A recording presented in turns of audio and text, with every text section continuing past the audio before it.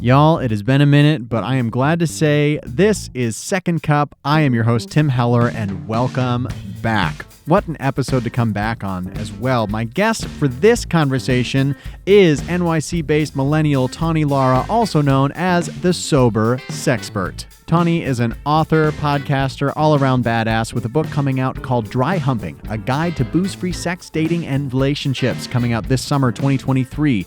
Her work has also been featured in Playboy, Men's Health, Huffington Post, and so many more publications. She is also the co-host of the Recovery Rocks podcast and story developer for the Webby-award winning podcast Fucking Sober. As with most of our episodes at Second Cup, there's a little bit of loose language, so if you have little ones that you don't want them to hear this, then I'd say put on some headphones or wait until after bedtime for a little treat. Now top off your beverage, get comfy, and enjoy this episode of Second Cup with Tawny Lara. Tawny Lara, thank you so much for joining me on Second Cup. How are you this morning? Scale of 1 to 10, including the pit stains. I am elated. I thank you. I'm first of all grateful that you let me be 20 minutes late for this so I could secure Blink 182 tickets. So gratitude. We have to prioritize and then what's important. We do. And then just fucking excitement because I got tickets. It was, I have literal pit stains. It was a lot. It's like I'd click on seats and it was like, another fan snagged these, and I'm like, I was literally screaming at Nick. I'm like, how is this happening? But okay. I'm here. We're here. Great. Do you have a beverage this morning? I have H2O with my initials Beautiful. on it. Yeah. Hey, ooh, that's fancy. It's like an author logo. TL. Yeah, what are you drinking? How dare you? I have been called a bevy bitch by a friend of mine in LA. I have my coffee here in a beautiful mug from Fido in Nashville. Great Cute. coffee spot. And water in my Lululemon water bottle. It literally looks like a bottle of mustard. Oh, and I wish it were. In all seriousness, mustard, though, is the superior condiment, I think. Yeah. No matter what kind of mustard. There's a mustard for all I agree. occasions. Mustard works on everything. I mean, Yep. okay, you're And in it's 0 Texas. cal. I mean, that's why we're here. And my eyeliner is yellow. Look at that. Oh, my goodness. We got it. Mustard is the theme of the day. Yes. And we're here to talk about your new book about mustard. About mustard. And dating. Well, Tawny, for those of the listeners that are not familiar with you, I would love to just get like a quick sip on who you are, where you're from, where you're at now, and what you're doing. I am Tawny. I am from Texas, and I live in New York City, which is how you and I met. And I am a writer, author, podcaster, multi-hyphenate, as all millennials are these days. Yeah, no kidding. And speaking of the first time that we met, I was thinking about this last night. Do you remember the first conversation that we had? About voice acting. No. It was when we had the nice shot, though. It was when we first merged all the Soho Lululemon stores. Okay. And I was being painfully Midwestern and just trying to like talk to people and say like, what do you do outside of this? And you looked at me dead in the eye and you go, oh God, porn. Oh, that's right.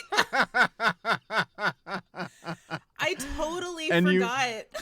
And I was like, for a second, I was like, oh, cool. And then you were like, nah, I'm just fucking with you. And then you broke. And I was like, okay, great. This is a wonderful start to this relationship.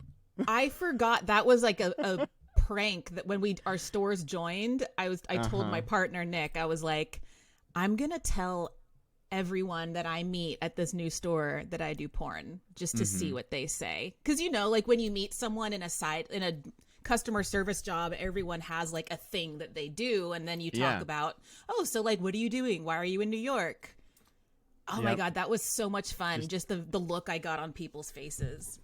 I know. And I remember being in the periphery when you would ask other people. I'm like, oh, she did it again. Did it again. And I think there was somebody that you didn't tell that it was a joke. There's a couple that it went on for a while with some people. Yeah. It's brilliant. And I think especially now in a post-shutdown COVID landscape with OnlyFans, I feel like it's a more common thing. I mean, Tim, I was very ahead of my time. Yeah. But so I will challenge that because that was actually not our first conversation. You and I met when I picked up a shift at Soho Broadway, and we worked fits together, and we talked about voice acting. You are right. I apologize. I have made a fool of myself and will see myself out. Go drink your mustard. Yeah, go drink your mustard. Get out of my face. Well, I would love to talk a little bit about Texas. Just kick it off there. I love you and everything that you do, and I just think that you are one of the most badass people, if not the most badass person I know. And I love your story, and I want people who don't know you to know who you are, where you've been, and what you've got coming up, because I think it's so fucking cool. So, coming from Texas, Waco, yep. Right? Yep. I'd love to talk about how you got started in writing and that experience there, and how you decided that writing and what you were writing about specifically kind of pushed you to New York, and what that whole journey of getting to New York was like. Yeah. I think for the context of this conversation, it's important to note that I was born in Northern California, and I lived there the first 8 years of my life. My dad was and is a heavy metal musician, and my mom was his groupie. They're no longer together, but rock and roll, heavy metal have been a huge part of my life. So I grew up, even though Mom and I moved to Waco when I was 8, Dad stayed in California. So I kind of grew up both places. Okay. And the reason I bring that up is because that is like, I was around art and creativity, and I always knew that was an option, seeing, like, going to the recording studio with my dad, going to band rehearsal, and his mom, my grandmother, was a prolific artist, a painter. So I'm very lucky to have grown up in a creative family. And wow. I tried visual arts is not my thing. I've tried instruments, not my jam, but writing was always what came very naturally to me. And I started writing for my local newspaper in Waco, the Waco Tribune Herald. Shout out Waco Trib. They had a teen section called the Teen Trib, and there was a call for contributors of high school kids that wanted to write, to contribute to the local newspaper. So I applied and I got it. And it was the first time that I really learned the power of journalism and using my voice. And, so this was like 99, 2000 when, in Waco, Texas. So it still is a very conservative town. Yeah. But especially in 2000, I was in the post, like, fixer-upper Waco. It's not, not what it is now. This is before Fixer Upper. This is before, NCAA women's basketball championship, Robert Griffin III winning the Heisman Trophy. Like, Waco, this was like when Waco was like where the Branch Davidians were. That was our only claim to fame. Waco, Waco, yeah. Yeah. So I was writing about controversial topics, like abortion, gay marriage, legalizing marijuana when I was 14 years old. So again, that's why I brought up that I was raised by a feminist mother from Northern California in Waco, Texas. So, that's very important to my story. But I got so much hate mail, like literal hate mail, because this is before you could just leave a mean comment on an article. This was when you had to really hate a writer. You had to literally write the hate mail down on paper and put a stamp on it and send it to the newspaper. And send it to a 14-year-old. Yeah, send it to a 14-year-old. So if that's not small dick energy, I don't know what is. No, seriously. And one of the many things I love about my mother is that she kept, I have a scrapbook of all of those articles I wrote when I was 14 and the hate mail. She saved all of it. So I think, as you know, being an artist, being a creative person, you have to become impervious to rejection and the haters. You have to. So I'm very grateful that I learned that at a young age. And it didn't hurt my feelings. If anything, I was like, whoa, my words made someone write a letter. They were so upset. Like that was like, that was, I thought that was just the coolest. Yeah. I was like, this is my fuel. Like I'm ready.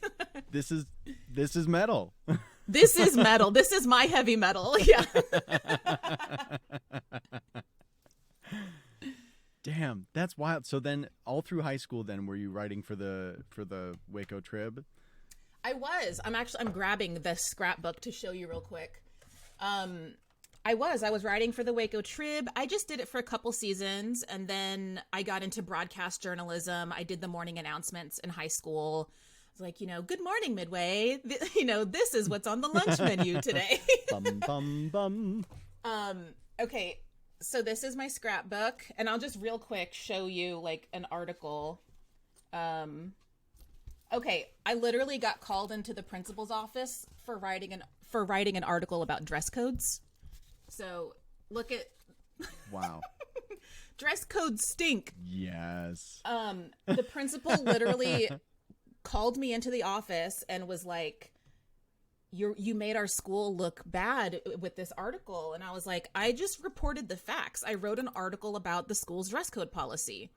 It's like, what did I didn't do anything wrong. If you think that paints the school in a bad way, then that's kind of on you. Then, I know. Right? Yeah. So that was my 14-year-old heavy metal rebellion. Yeah. So then all of that hate mail just like fueled the fire of like, great, my words have power. My perspective is important to be heard. It's causing. Did you see any productive reaction to it in terms of different dress code or like LGBTQ queer and peers being more accepted, or was it just kind of like stick in the mud, Waco, like we don't want to do this, what the hell's happening?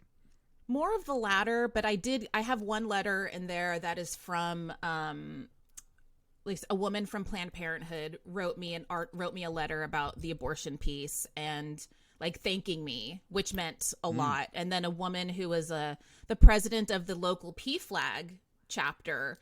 It's like a PFLAG chapter. It's an LGBT organization. Okay.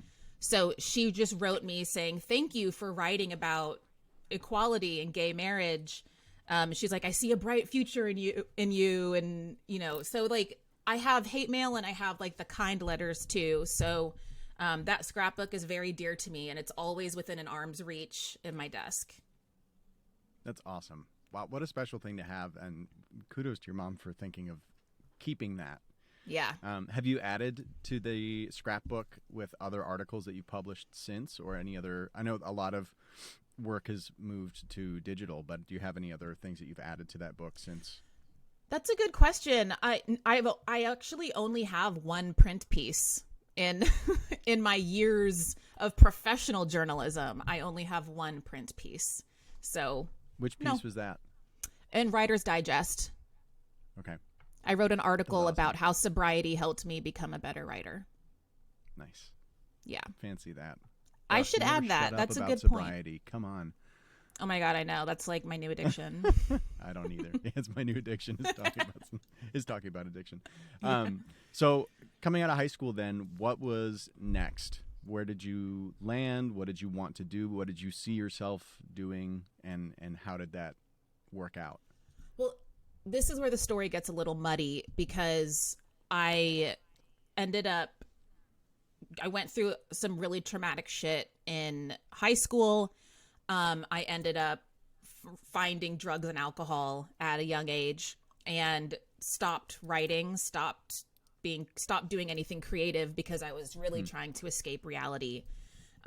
So from high school, I would after high school, I would take a college semester here and there, but I got really lost in the bartending scene. I got a job as a server, then I became a bartender, and I just surrounded myself with other party girls and people that liked to get wasted. So I didn't really do anything creative for a good few years until, wait for it, Tim, until Zumba. Okay, wait. I don't think I knew about... I didn't know about Zumba being your artistic renaissance. All right. Yes. Buckle up, folks. All right, take it away. Dig in. Tell us more. So I as corny as this sentence is, I really do think Zumba saved my life. It gave me like an identity outside of partying, you know, and it's like I took a Zumba class. I fell in love with it. This was like 2009, 2010 when Zumba was like the cool thing, you know, like we laugh about it now, but it was like the coolest thing back then. No, it was hot. Everybody. Yeah. And that's, I as much as I was laughing about it, because it's like picturing you in a Zumba, like as I know you and my picture of Tawny Lara, like finding herself in a Zumba class is amazing. And I do want to put the caveat in there that for anyone finding, like going through hard shit, if you find knitting or that like you like licking envelopes closed and that like helps you find yourself, like then yes, that's a beautiful thing. I just love that. We need to, that should be the title of your next book, is Zumba Saved My Life. Or licking envelopes. Yeah. That'll be mine. Well, it'll be a little 2-part co-author adventure. I love that. But no, I mean, but seriously, like I took a class and it gave me, you know, endorphins, and I found a community, and then I got certified and I started teaching it, and it was a huge part of my life for 5 years. And it inspired me to go back to college and finish my business degree. And like I trademarked, I started my own fitness program. Like I trademarked it. I sold merch. Wow. I mean, I started the Sexy Fit Crew. Hey. And again, in Waco, Texas, my goal in teaching these classes was to inspire women to feel really connected into their bodies and feel sexy, you know, and that meant so much to me. And teaching this dance fitness program gave me that. And it let me be creative to like choreograph, like literally like Pitbull and J-Lo songs. I mean, honestly, that was my ticket out. Like it helped me connect with people outside of the bar scene. It helped me get out of an unhealthy relationship I was in. I mean, it really helped me find who I was outside of being a party girl.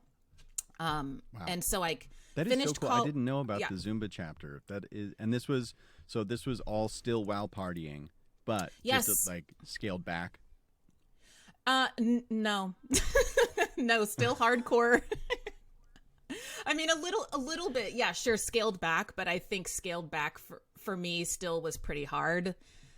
But yeah, I was still drinking until I blacked out, but I just worked out first. So we earn those calories. Yeah. You know, like those memes of like, let's hydrate with margaritas. That was me, but it was with Jack Daniels from the bottle. But I, you know, ultimately finished college, graduated with my business degree, moved to the Houston area, lived with my aunt for a year. And it was just, I got a job at Lululemon. And as you know, that culture is very connected to helping people achieve their goals and like follow their passions, create tangible actions to accomplish said goals. So that really helped me figure out, like, get back in touch with my writing. So like I lived in the Houston area for a year, the Woodlands, lived there, and then took a little Euro trip and came home, and I was like, I'm done with Texas. And literally bought a one-way ticket to New York and just figured it out. Wow.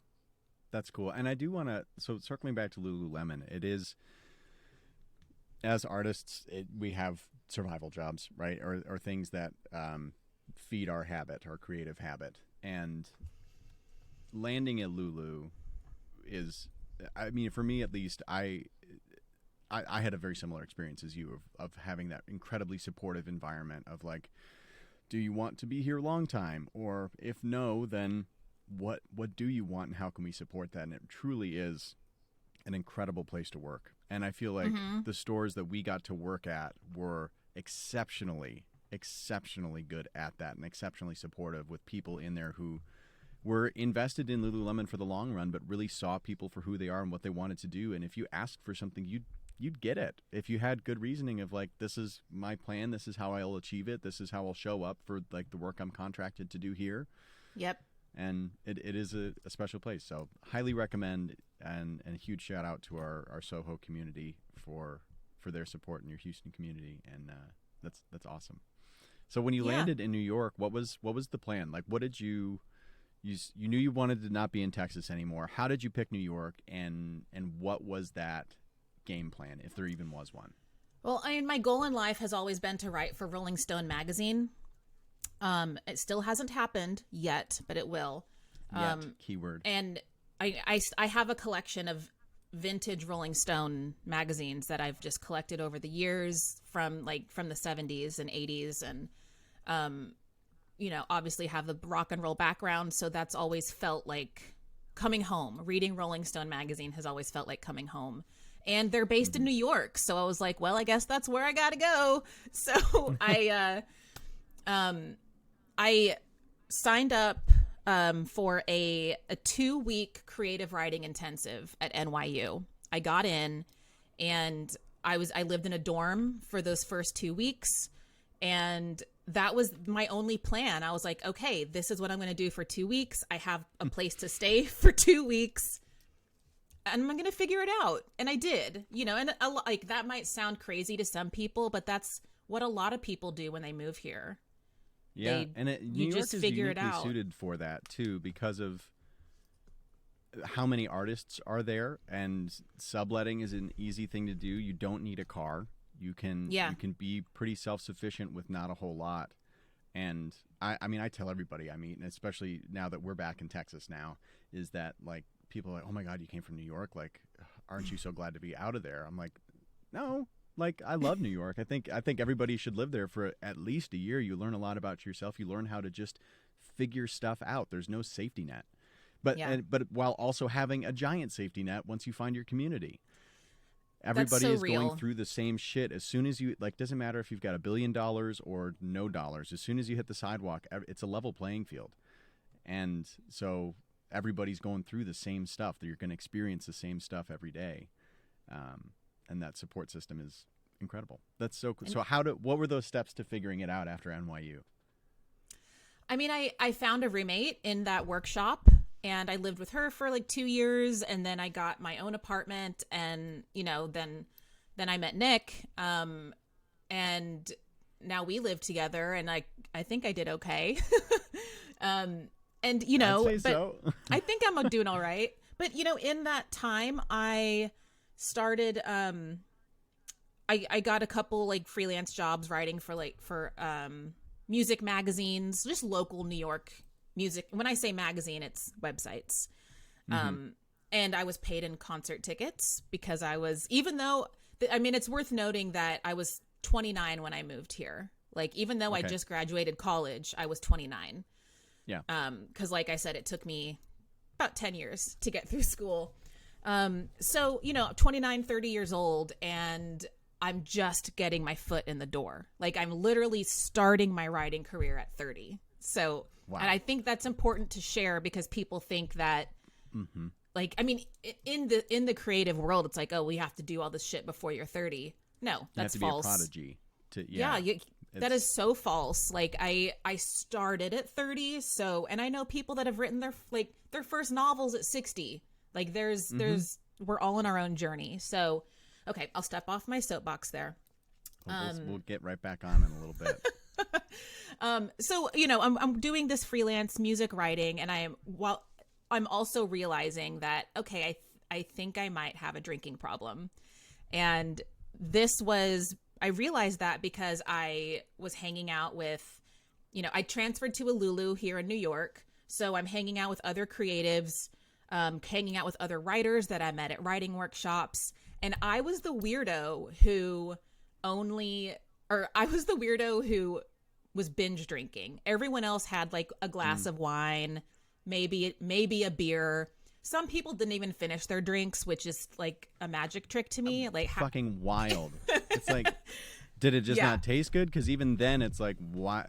You just make it work. I know. Well, and especially in New York, when a beer is like $8 or $9, like you better finish that beer. Yeah. Oh my gosh. So I'm having drinks with friends after work or after a writing workshop, and everyone's casually sipping their one drink, and I'm ordering rounds of shots for the table, and people are like looking at me like I have two heads. And that was the first time that I saw my drinking, because I wasn't drinking with bartenders anymore. I was drinking with, quote, normies, So I decided to take a break. I took a year off from drinking and started a blog, and the blog and the not drinking for a year held me accountable for each other, because the blog made me write, and then the blog also made me not drink, and then not drinking gave me something to write about. So it was very a symbiotic relationship.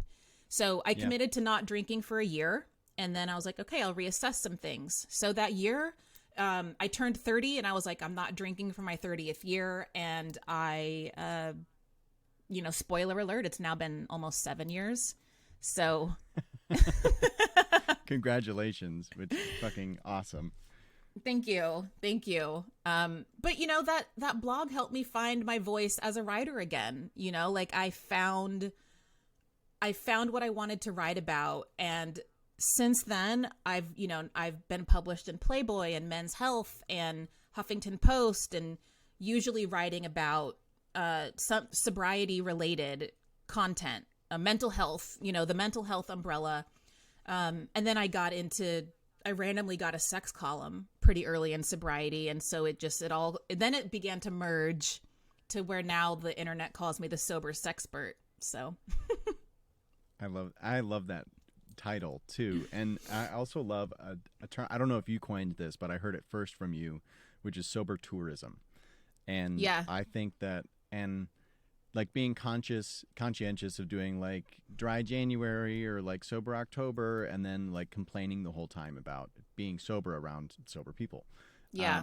But when I heard you say that, and after I got sober for reals, and I realized how much sober tourism I had done, and how much like that mindset of just like wading in the sobriety pool and then jumping out, how toxic that can be for people who actually need help, and where it's like, oh, I can like reassess and be fine, and which I did a couple times. I would take these little sober tours and for a month, 6 months, and then come back and be like, oh yeah, I'm fine, and then I'm fine until I'm not. But it's, I think that it's such a unique, and I love that we've spoken about our sobriety and how we've navigated it in at a couple different points where when I wasn't sober and now have been. I'd love to hear kind of how did you navigate that, like through AA or without AA, and how, like, where you see the use of 12-step programs like that, the value, and also not calling yourself an alcoholic. Do you still not classify yourself as an alcoholic? Yeah, these are great questions. I'm glad you're bringing it up. I don't use the word alcoholic. I never have. I said it once just to, I guess, try it on, and it didn't fit very well. Yeah. I'm definitely, I have an addictive personality. I guess I tend to just lead with, I'm in recovery. That's that has a really positive tone for me. Not that alcoholic doesn't, but for me, like I said, it didn't fit. It didn't feel right when the word came out of my mouth. But being in recovery feels really good. Being alcohol free feels really good. Sober, whatever you want to say. But no, I didn't do AA. I tried, I went to a handful of meetings and it wasn't really for me. So I got sober really through there's tons of online support, even more now. Like I got sober in 2015. So this is before the term sober curious. This is before the non-alcoholic drink scene is a thing. Yeah. We were at the cusp of that. So I found a really good therapist. I got very deep in, I'd been into yoga for a few years, but I got very deep into my yoga and spiritual practice, writing. I definitely wouldn't recommend blogging about your first year of sobriety to anybody.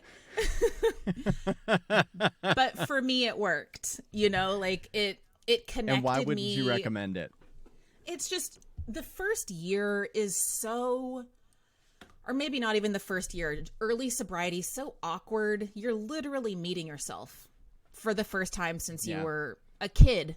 Or since I started self-medicating at 14, 15.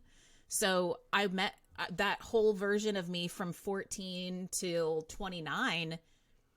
That was a different person. So meeting myself at 29 was a lot. It was very overwhelming, and I'm grateful that I had a therapist to process all of those feelings with. And I'm also grateful that AA is an option because it's helped millions of people. It is a free community. It is wonderful. It's just not my jam. Yeah. But it's a thing for a reason. And you can travel the world and find an AA meeting and find your people. And I think that's beautiful. Yeah. Yeah. I had a similar experience with that. And I know these are conversations that you and I have had, but I think it's worth it for people to hear.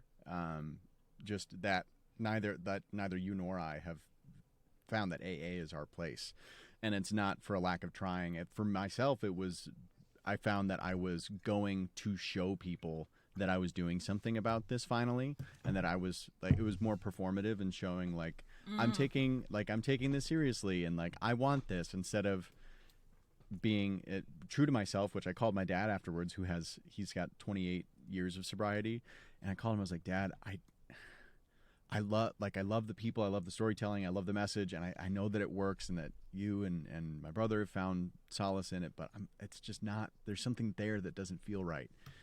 It's the same way I feel about church. I believe in God, but I just can't, I have a really hard time being in church and the idea of that organized religion. But it has its value, and there are other ways.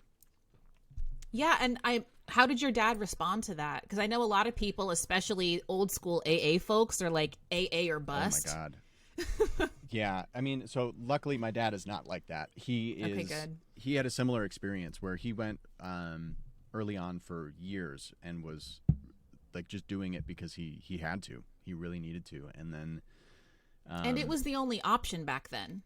Right, and it was so taboo, and he talked about it on the podcast of oh my God, this is a completely different ball game now than it was in the 90s. Because in the 90s, it was if you didn't drink, you were weak. And that I've had so many people say oh, I don't trust, so many boomer age people say oh, I don't trust anybody who doesn't drink. And it's that's such, it's so stupid, but that was the mindset. But he has found, he went through the 12 steps again recently with when my brother got sober a couple of years ago, and found a great sponsor and found a lot of value in it. But it was ultimately at the end of it, he was like, Tim, I feel the same way that you do, and I've never had anybody tell me, talk to me about AA the way that you did, and it feels like it gives me permission to also be that. It has its value and has its place, but it's not mine. It's not for me right now. Which is a huge gift, because I think a reason why I didn't get sober earlier and why it didn't stick earlier in New York was that I went to a couple meetings. I think there were 2 or 3 times that I blacked out and woke up and it really freaked Jess out, and I was like, great, I need to do something. Like, I was just lost. I was like trying to figure it out. So I went to a meeting, and it was met with some really wonderful people, but then those old school people who are like, like they say it like it's for those who aren't familiar, you go to the meeting, you can, like, they always ask who's first time, and you stand up and you can say it's me, and I don't know if you can say, hey, I'm Tim, I'm an alcoholic, or you can say like, hey, I'm Tim, and I don't know if I am, but I'm just here for because I'm looking for some direction and some guidance. And those meetings, I said, I don't know if I'm an alcoholic, but I'm just looking for community and some guidance.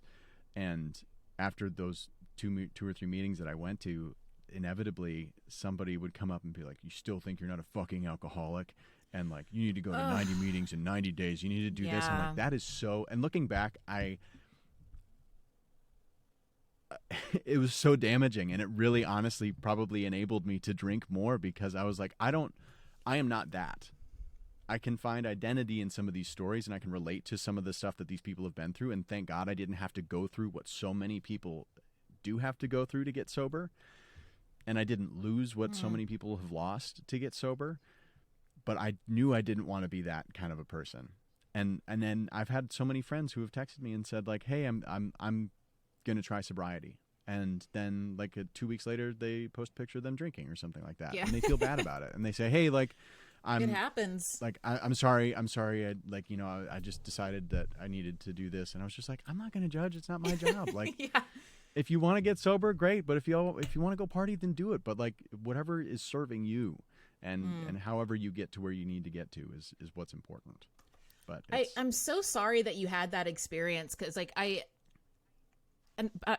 but I'm grateful that the sober curious movement is alive and thriving, because it creates a little, I don't know, let's say support group for people like us who are like, okay, I want to stop drinking. I don't think I'm an alcoholic. I don't really want to go to AA, but alcohol's not is not doing me any favors. Where do I go? You know, and until very recently, it was you either drank or you went to AA, and that was it. Yeah.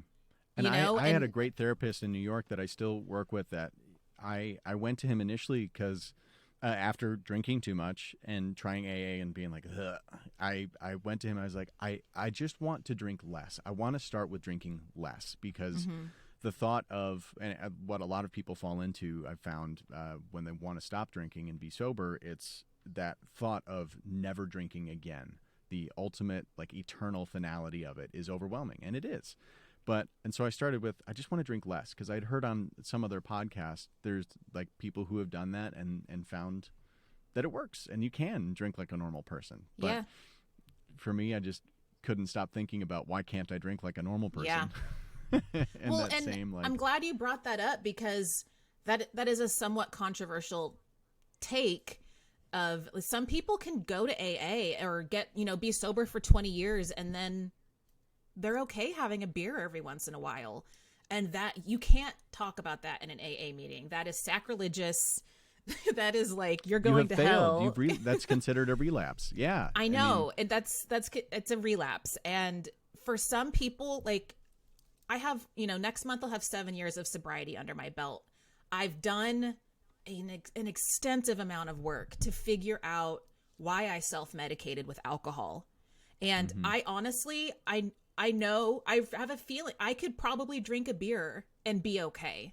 I choose, I don't want to, but I know why I self-medicated, and I now have what we call our sobriety toolbox. I know how to handle when life happens on life's terms. I don't need alcohol anymore. Before, when I heard people would be sober for 5-10 years and then they would drink again and they were fine, I couldn't understand why. And now I get it. I get it. And, also to say, I have no interest in drinking. I love my non-alcoholic beers and I love the NA drink scene. But I don't feel like I'm missing anything by not drinking, Yeah. Yeah. And I had somebody close to me when I first said I was done drinking for good, said, well, like, what if we all, when we all go to Europe, well, like you gotta have a glass of wine in France. You might have to like change the rules of what you're doing. I'm like, I understand where you're coming from, but that's not how this works for me. Yeah.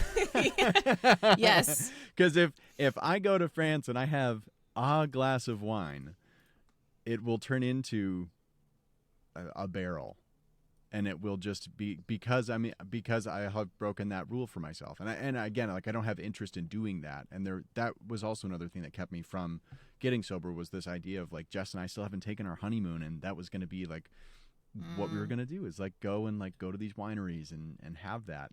And now I'm like, oh, cool. I love the feeling that I love having my whole self again. I feel like sobriety gave me back my brain and my creativity, and the back surgery last year finally gave me back my body that I didn't have for all of my teens and 20s. And so now I feel like this whole new person after my Saturn's return, which I want to chat about. Oh, God, I love this conversation so much. That, like, it just makes me feel so emotional that, like, it's the two biggest gifts, besides getting married to Jess. Tim, you guys could go do like a brewery tour. Like Brooklyn Brewery does, like they have non-alcoholic beer, and I'm sure, and that's like those are options now. And you're in Austin, so like Sands Bar, my friend Chris Marshall has a non-alcoholic bar in Austin. Like you guys can go have drinks. Like, oh yeah, and we do. Like, we haven't been to Sands Bar yet, but it's like we'll go out, and like we have some close friends who are pretty well-known musicians in Austin, and we'll go to their gigs and hang out. And the guitarist and singer he got sober a month after I did, and we didn't even do it on purpose. But now we go and we just like kind of kiki on our NA drinks, and everybody gets home safe. This is adulthood. It is, and it's so great. And I can wake up early in the morning. It's amazing. So Saturn's return is. I would love to hear what your understanding of it is. Explain it to the folks who are listening. I've talked about it, I think, once or twice on here before, and I'm probably annoying about it, but I am like 100,000% bought into what it is and what happens during that period. So before I knew the astrology of it, I knew the Return of Saturn was a No Doubt album. So that was like that was all I knew. And then and but I'll get into the parallels here in a second. So I moved to New York. One of the girls I meet at Lulu at the men's store, she goes, "Are you going through your Saturn return?" And I was like, that's a No Doubt album. And am I revisiting this like musical era of my life? Yes. Yeah, I guess. So it's like, again, I guess it's worth noting that when I moved to New York, I had hot pink hair. So, and which is what Gwen Stefani had, hot pink hair when she recorded that album, Return of Saturn. She was going through her Saturn return. And to this day, Gwen Stefani will not perform any songs from Return of Saturn because, as you and I both know, that is a very vulnerable time in your life, and she will not revisit those songs. So to this day, she'll do it when she hits her second Saturn's return? Oh my God, that is a really good question. Let me text her, actually. Let me see if we can make that happen. I'm looking up right now how old she is so that we can all keep an eye out for Gwen's we need to keep an eye. She's probably like 50-ish. So then, this woman that asked me if I was going through my Saturn return, and she explained it to me, and I was like, yeah, I am. So I'll say what I think it is. It's, so in your astrological birth chart, Saturn returns to where it was the moment you were born. It returns every 27 to 29 years. So that's what you were just saying when her second Saturn return is. So which is going to be in 3 to 5 years. She's 53. Oh my God. Okay, buckle up, everybody. It will initiate. Yeah. She's going to release a country album with Blake.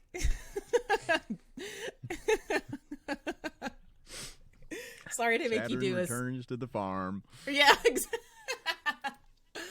Yeah. So astrologers say that, Saturn is Capricorn is ruled by Saturn. I am a Capricorn. So apparently Capricorns experience Saturn returns a bit more dramatically. Do you? We do. So it is just like, it's a very pivotal time in your life where you're doing a lot of soul searching. You're questioning who you are. You're wondering what you want out of life. And to the contrarians who are like, astrology's bullshit, like whatever, late 20s are just a weird time. Call it whatever you want. It's just a weird time. Just write down what happened to, if you're past that already and you don't believe in it, just write down what happened to you when you were between 27 and 30. And then if you're past 60, write down what happened to you in your life in and around your life. Yes. From 57 to 60. Yeah. And you'll see the correlation. It's wild. It is wild. So, I mean, I colored my hair pink. I went to Europe. I literally spent 3 days hanging out at Jim Morrison's grave, writing poetry, then decided I need to move to New York. Like, those are crazy things to do. Are dramatic. Wow. Oh my God. I mean, it's ridiculous. I started getting tattoos, like I really started to come into myself. But I think the most important thing that happened during my Saturn return was getting sober. I got sober at 29, like a month before my 30th birthday at 29 years old. And then looking back, I found out that my mom, I told you when my mom and I moved from California to Texas, she was 29, which like really blew my mind when I found that out. So yeah, it's a pivotal time. Yeah. When I told my dad about it and asked him about what was happening in their life at that time, it was when he got sober. He got sober in that period. And I love that. I learned about it. And now he's actually, wow. Okay. This is kind of crazy. So I'm just realizing this now. They're forever, my parents are forever like in their 40s to me in my brain. And so my dad just had like an emergency surgery on Monday, and for those listening, it's now Wednesday. It is he's had 2 full knee replacements in the past year, and one of them has not gone well, and he's had to go back and back and back. But he's in his second Saturn's return right now. Oh shit. And I'm just realizing that, and he and my mom my mom's approaching, she's a year younger than he is, and so they're both like right on the cusp of when it would begin, and they just bought like their dream house on a little lake and are starting this incredible chapter of their life. I'm buzzing right now. I'm like, oh my God, it's happening again. I love that so much. I mean, like it's slightly tangential just because like you're talking about, so you, me, and your dad got sober during our Saturn returns. Something that kind of blew my mind. I took an astrology course like a year ago, and the guy teaching it suggested creating a separate birth chart for your sobriety. So that blew my mind. So I'm writing that down.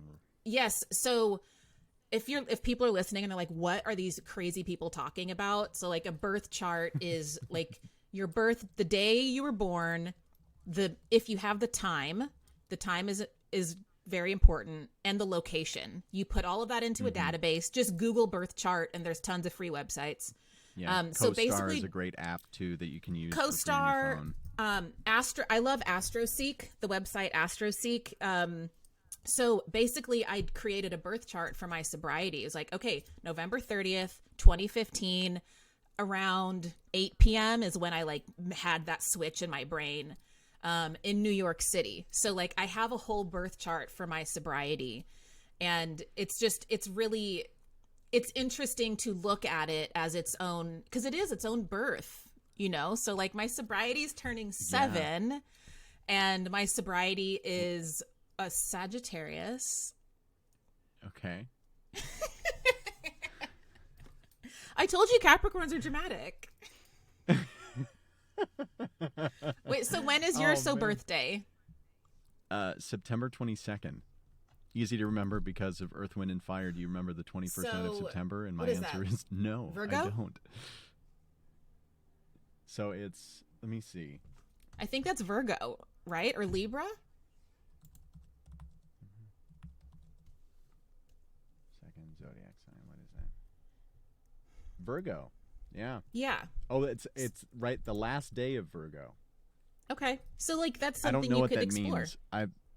Yeah, and that I will be like as soon as we wrap our interview. Because you're like, I actually gotta go. Yeah, I gotta poop. I'll see you later. Well, like Virgos are known to be very analytical. Virgo is another Earth sign, like Capricorn. Okay. Yeah. So I'm double Earth then. I'm Taurus and Virgo. Yeah. Okay. And I'm a Taurus moon, so I'm like all Earth signs. we've lost so many listeners at this point. I know. People have okay. turned And for off. those two, I want to say that like for anybody who is more religiously inclined and is like afraid of astrology stuff, I believe in God. I've said that I'm a Christian, and whatever that means to you, it's more important what it means to me. And Yes, but I think I love that. You should explore it just as a tool, not as like an alternative belief system, but use it as a tool to get to know yourself better. And it's fun. And then you'll be in on the meme game of the 2020s here. But I think it's a really valuable tool and something that I've admittedly kind of like scoffed at in college because everybody's like super into that and numerology and especially in a theater program or any kind of creative program. It was like every week there was something different, and they're like, oh no, you shouldn't go to that because you're a Taurus. And it's like, excuse me? You're like, what are you talking about? I'm so glad that you brought what that the up. hell though, is even because that? Where am I? Like sobriety, astrology and tarot are, I think what I love about them is that I treat them like it's subjective. It's not like you are a Capricorn, so this means this, or you pulled the 10 of Pentacles, so you're going to have this happen. I look at it all as subjective of like, okay, what is like, it's an opportunity for like introspection of like, okay, what is this, like almost like art 101. What do I see when I look at this tarot card? It's not like, I'm not going to quit my job because I pulled a card. I'm just going to be like, no, I'll some read people what do. And some people do. And, do whatever makes you happy. But for me, it's not a religion. It's not even a belief system. It's just, like you said, it's a fun tool to dig deeper. Yeah.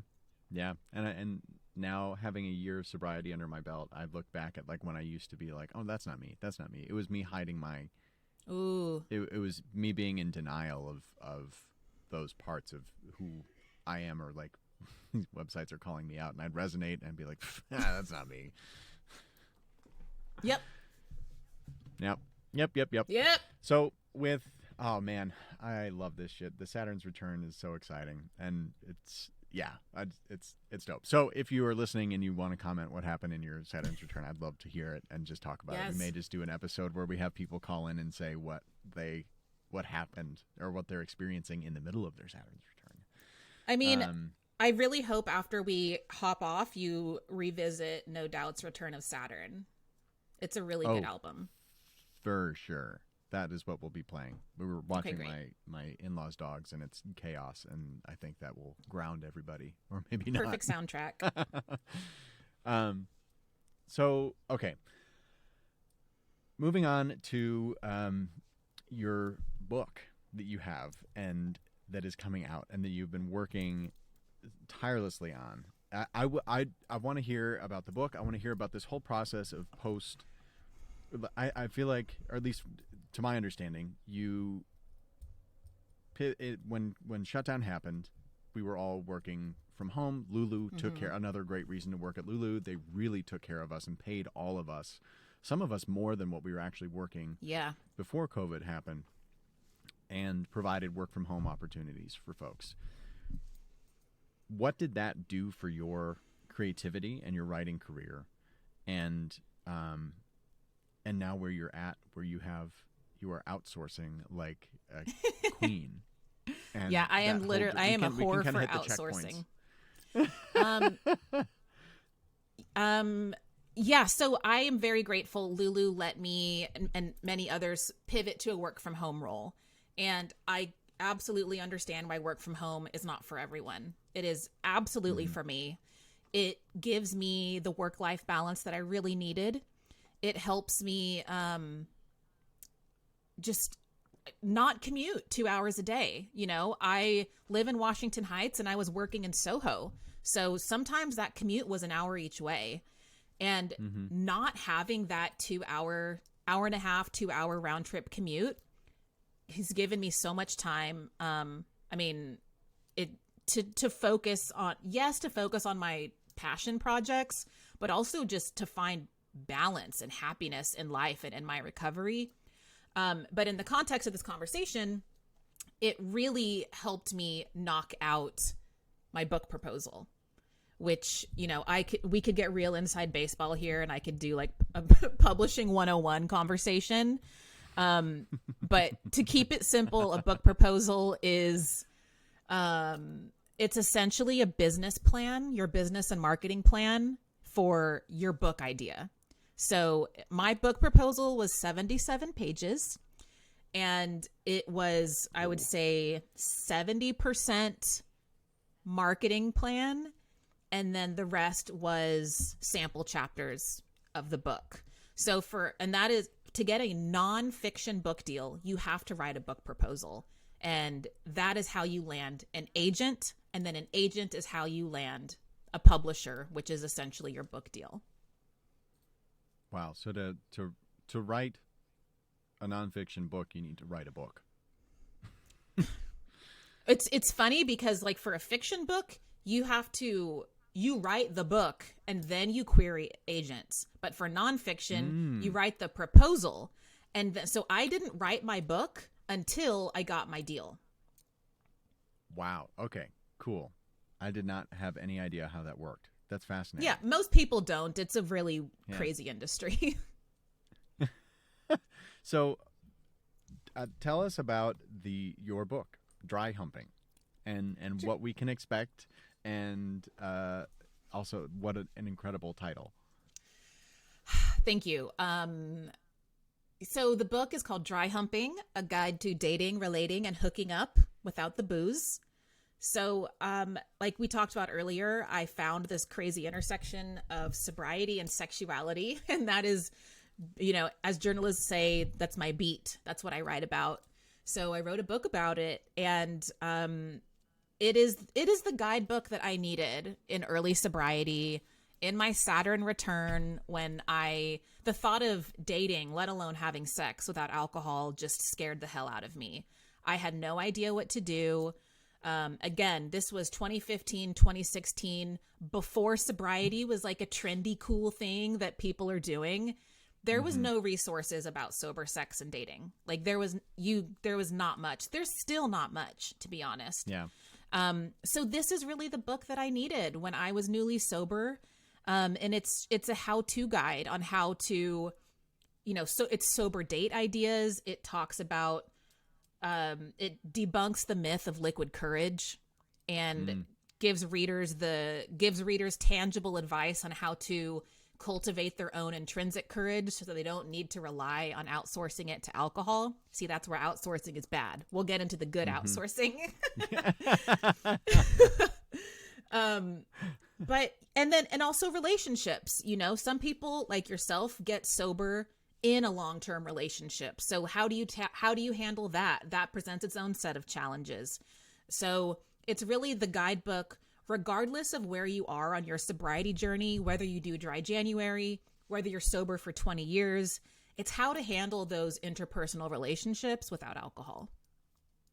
Wow. And so is this a collection of stories too, or is it also, I know a little, like, because you had sent me some questions for the book as well. And then is it all personal accounts, or is it also kind of like part workbook, part nonfiction novel? It's more of it's a journalistic deep dive. It's more written from a journalistic perspective of, you know, here's what alcohol does. Here's what society is teaching us about alcohol. Here's the role liquid courage traditionally plays in relationships.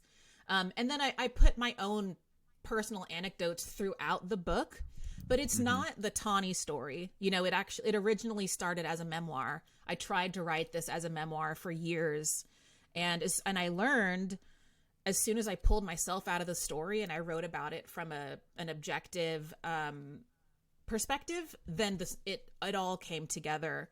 So the only time you're going to read about my own story is to really give that personal experience, but it's predominantly interview based. I interview, you know, people like you. I interview therapists. I interview doctors. I interview biochemists about what alcohol does to our bodies, to learn about like the science behind how alcohol actually hinders genital response. Instead, you know, we think drunk sex is like cool, fun, and uninhibited, but it's like, it's actually numbing your senses. You're not, if you're having drunk, flaccid. literal whiskey dick. I mean, you know, it's causing erectile dysfunction. It's causing vaginal dryness. It's drying your skin out, you know, like, so it's doing a deep dive on what alcohol is actually doing on dates, in the bedroom, in relationships, how it's hindering proper communication for people in long-term relationships. You know, I dig into all that. Wow. What was that process like of finding these doctors and having these conversations? I mean, as a journalist, I have a pretty good Rolodex of just people that I've interviewed, just sources that I've interviewed throughout the years of my work. I definitely had to do some digging to find a biochemist. That was not someone that I knew. So I reached out. I was like, do you know any biochemists? Do you know any biochemists? Who can I talk to? So like, I found a couple like that. I think my favorite person that I interviewed, his name's Ted Mandel. He is a documentary filmmaker and professor at Notre Dame who literally teaches a class at Notre Dame called Drunk on Film. And it is about how alcohol is portrayed on film. I know. It's niche him. Niche on niche. I know, but it's like, and it's a wildly successful course. He teaches it with either a psychologist or a sociologist. I don't remember, but I only interviewed Ted. But like, the fact that he created this course just blows my mind. And he gave me some really good, you know, when you do a project, there's so much left on the cutting room floor that I could just talk your ear off about him. But you know, the conversation's changing. The landscape is changing. People are really paying attention to the role alcohol plays in their life. Yeah. And I mean, do you listen to Andrew Huberman's podcast, the Huberman Lab? So he's a professor at Stanford, and he's in the neuro department, I think, or something. He's super, super smart. And he's all about human performance and what will optimize that, longevity, all of that kind of stuff. And he did a really deep study on alcohol and its effects on the human body and in all these different scenarios. And his episodes are like an hour and a half to 2.5 hours long. They're awesome. I highly recommend that episode and the recent episode about cannabis too, and THC, CBD, and stuff like that. But it's fascinating, and it's really just him. And some of it is like, I have to be in the right mindset because he is so smart, and it's just, I have to be in that zone to really absorb the information and not as passive listening. But it's fascinating, and it's really cool to hear somebody with a platform that he has to talk about it in that way. He's like, I'm not saying don't drink. I'm not saying drinking is bad. I'm saying that this is what the science is behind it, and what happens when you use it in X, Y, and Z capacities. That's an important distinction, because I'm not anti-alcohol. I could, like, there's definitely, I have issues with big alcohol and marketing and stuff like that. But if you could enjoy a glass of wine without ruining your life, by all means, drink it. You know, like we all have our vices. I probably shouldn't eat carnitas at midnight, but sometimes I do that. So like, just a little bowl by your bedside with like on a hot plate, like crying in the bathtub, eating carnitas. But like, who can, like, it's, yes, like there's a lot you can say about like alcohol is bad, but there's lots of quote bad unhealthy habits that we all have. So I'm not, like you said, when friends try sobriety and they're like, I couldn't do it or I'd change my mind. Do your thing. I don't care. Like, yeah, I have like, it's all about boundaries, right? We have to know our own boundaries. And that's something extremely valuable I found in sobriety, and just being married to Jess, who is very good at her, like, emotional IQ is through the roof. And she's taught me a lot about just being like, you don't have to like people please. You don't have to do all of these things for everybody and be everything for everyone. And you're like, excuse me, I do. You're like, what? Like my whole personality is based on pleasing others. What are you talking about? Yeah, well, you were not born in Milwaukee, Wisconsin. But yeah, I tell people too, and for people who either don't know me or haven't been around me since I've been sober, it's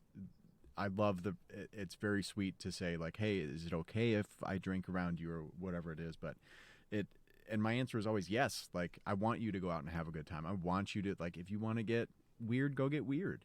And I am responsible for myself in terms of setting a boundary, and I will if I need to, even if it means like pulling my teeth out to set a boundary and say that I'm uncomfortable.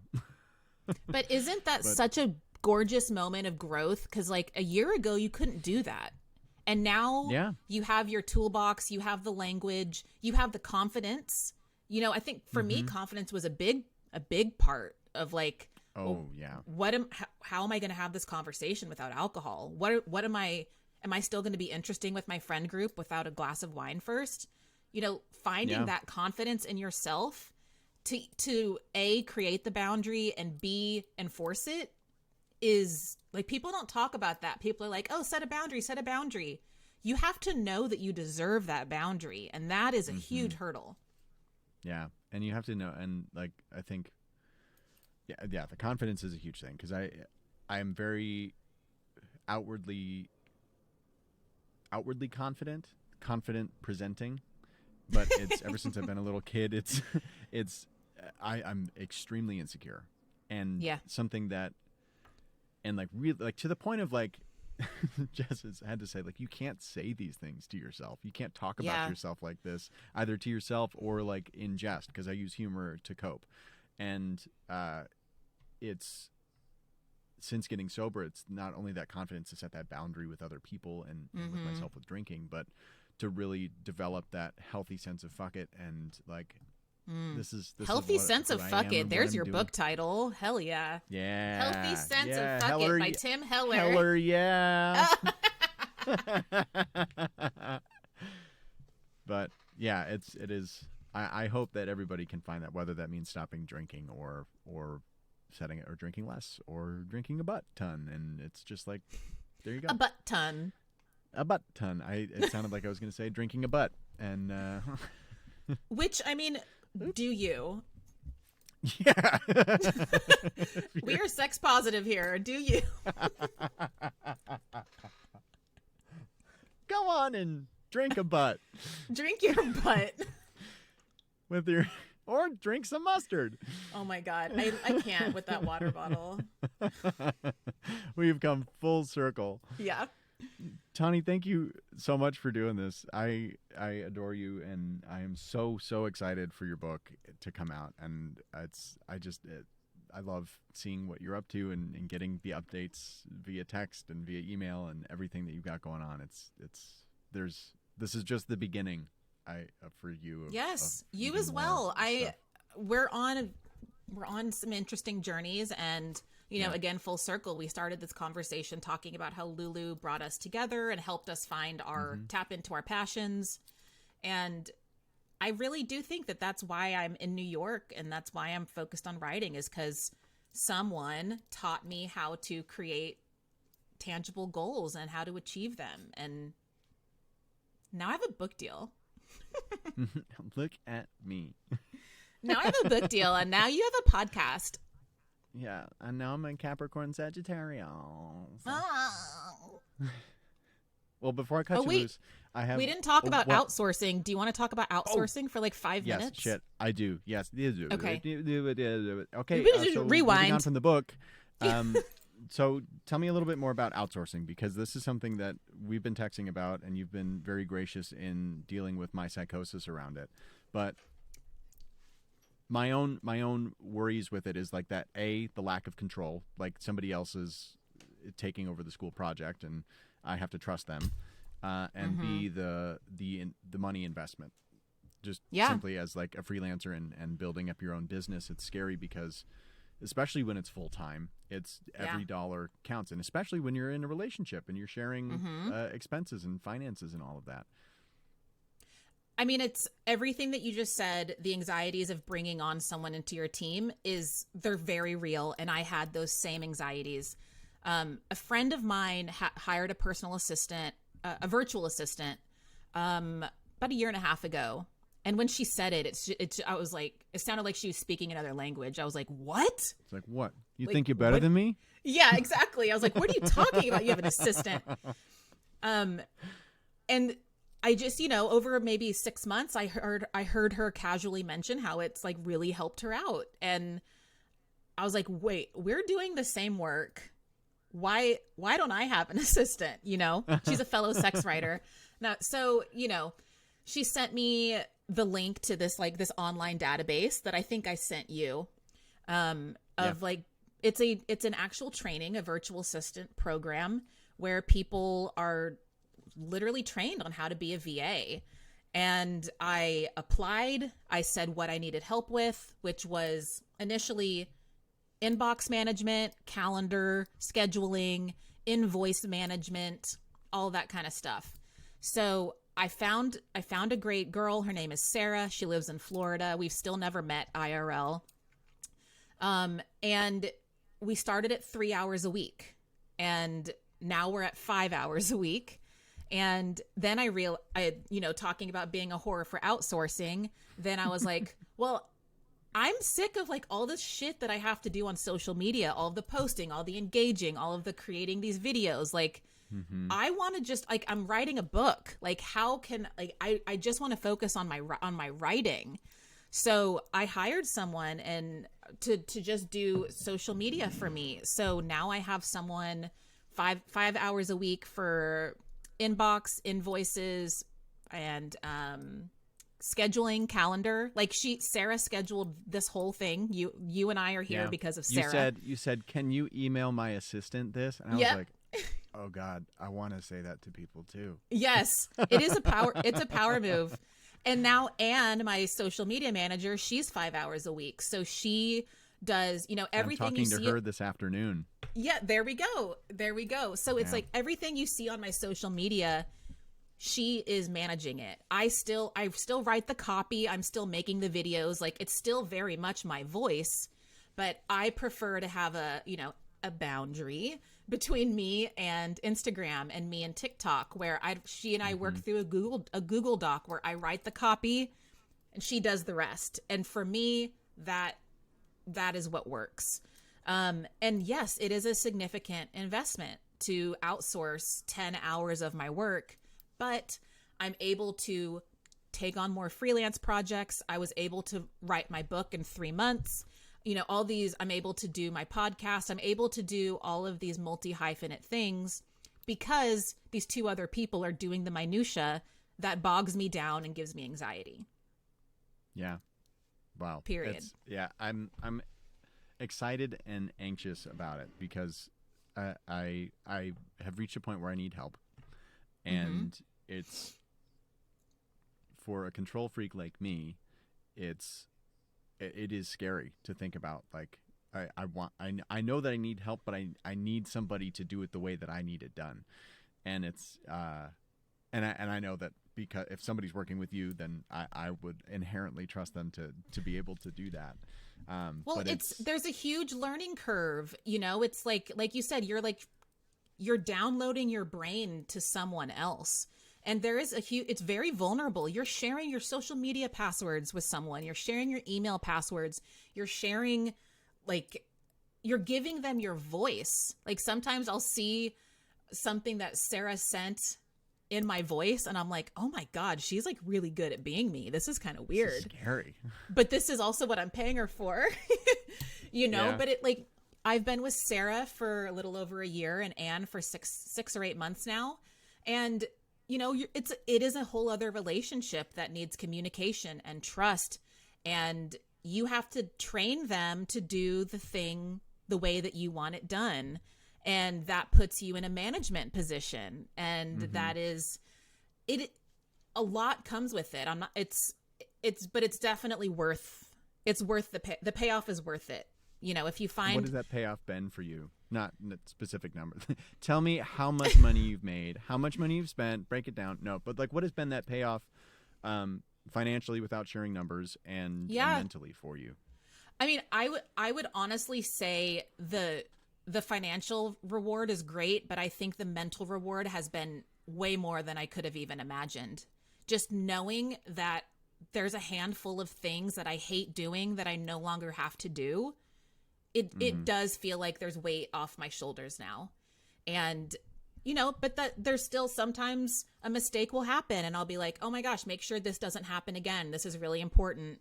Like these difficult managerial conversations do have to happen sometimes. But for me, it's worth it to know that these two people I trust are helping me manage my business, and that it helped me take my business to the next level.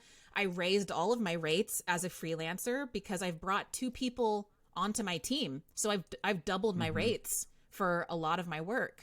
So, and I've also another conversation, always ask for more money as a freelancer.